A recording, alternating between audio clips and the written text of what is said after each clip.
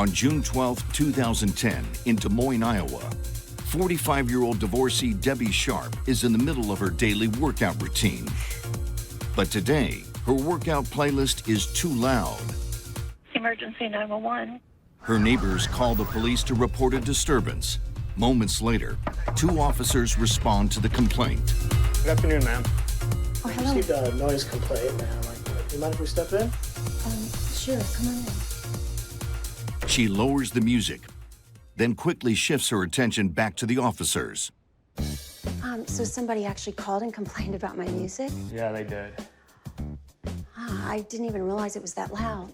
Though she tries her best to stall them, the officers remain professional. Keep the noise down so we don't have to come back. Oh, you guys don't have to leave already. We gotta get to lunch. With the noise complaint addressed, they leave, but it won't be their last visit to Debbie's home.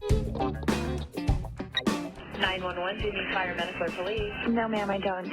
I don't have an emergency. 2 police officers just left my house. Can I get their names, please? He was the cutest cop I've seen in God knows how long. I just know his name. Doesn't come very often. A good-looking man comes at your doorstep. Could you throw him back my way? Do you need them to come back there? Oh, I'd like that, yeah. Yeah, on a call like this, we appreciate the honesty of the caller, but at the same time, we got things we got to be doing. Why do you need them to come back there? Because I have an emergency. Okay, and what is the reason? I'll think of something. He's cute. Come back my way, would you? Say the music was too loud. You need to talk about the noise complaint as well? Exactly. Hold on just a moment. Thank you. There are critical identifying factors to determine a 911 emergency, and you have to basically establish, is there a life or death situation? Are they in danger? Is someone needing a paramedic?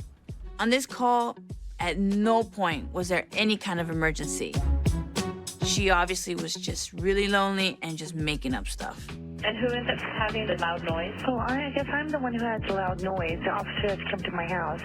Just music. I work out to loud music.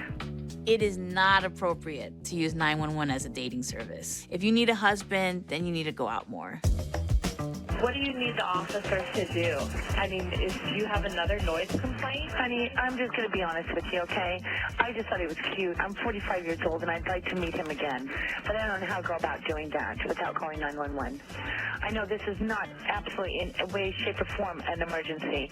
But if you would give the officers my phone number and ask them to come back, other than I know they have terrible lots of things to do, would you mind? I'll give them the message to call you. Thank you very much. The officers did return to see Debbie to arrest her. You probably have to be incredibly hard up in life if you have to call 911 to find yourself a hubby.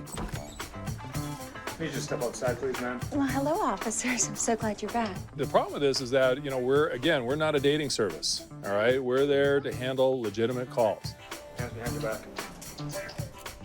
Every once in a while this happens. I mean, you get women that are showing up to the front door wearing things that you don't want them to be wearing, and yeah, it happens. It's that whole man in a uniform thing. Thanks for the compliment, but we got work we got to do. I don't know why callers make up emergencies. I mean, to be honest, I think it really comes from a selfish place, that you're making the choice to make a 911 call when you know it's not an emergency. So, it's people just kind of putting their own needs and issues in front of anybody else's. That's really what it gets down to. In May of 2010, Jessie Shroud was preparing to spend a romantic evening with her husband, Dan.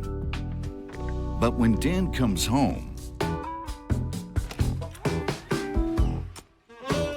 he barely notices his wife or her efforts. When Jessie tries to get Dan's attention, he pushes her away, preferring his fly tying to his beautiful wife. It's then that Jessie makes a call to 911. 911. Hello, Jessica. Do you have an emergency? I'm sorry. My husband wants you to come get me. Okay, why does your husband want you to go to jail? Frustrated to the point of tears, Jessie made one last desperate attempt at intimacy. Rejected again, things get physical in a different way. Because I slapped him and because he won't have sex with me and hasn't had sex in a couple of months, so I slapped him across the face and he wants me to go to jail. So I guess it would be because I touched him. So he's refusing to have sex with you? Correct. This is not the first time. Anyways, this is all about me, and I slapped him. My fault. Is it bleeding? Does he need an ambulance? No, not at all. Any weapons involved? No, sir. There's just my hand. But he knows I can go to jail for a slap, so that's what he wants. Okay, just sit tight. Yeah, I would have loved for all of the units to get this call and be like, yep, guys, be on the lookout for a half-naked girl who wants to have sex and is possibly violent. There's no policy for a call like this. Slapping is foreplay, yeah, it's a little bit different. There are a lot of marital disputes that happen, but, you know, when it's about refusal of sex, I mean, we never get that. I mean, that's once in a lifetime, you know, you get a call where, yeah, my husband's refusing to have sex with me, and yeah, that never happens. It's just really easy to go 911 and solve their problems. You know, yeah, it's not every day someone reports on themselves for a domestic violence situation, but more power to them. I mean, you've got to handle it seriously. It's still a domestic issue. And in all seriousness, if she hit him, technically it is domestic violence, and she's looking at some serious charges if he wants to pursue it. The police arrived to investigate Jesse's call. In the end, no one got arrested. No charges were filed. February 13, 2009.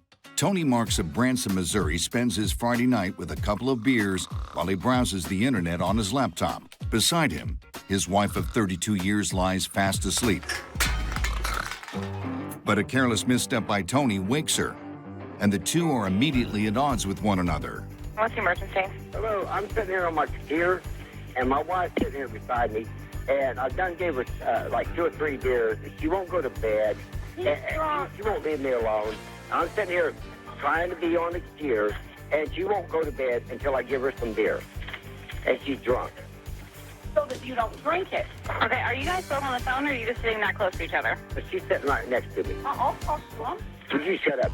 There wasn't anything serious or dangerous that happened in this situation, but any domestic situation always has the potential to blow up. How much has you guys had to drink? I went and got a 12-pack, and I gave her 3. She was irate because I won't give her any more because she's drunk. Have you had anything to drink, sir? Yes. How much have you had to drink? A lot. You guys not being able to handle your marriage isn't considered an emergency, just so you know.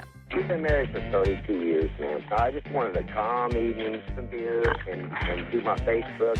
I am not going to bed. He's drunk, officer. He's so drunk. Well, which one of you called 911? They say you should never go to bed mad, but that doesn't mean you should call the police for backup.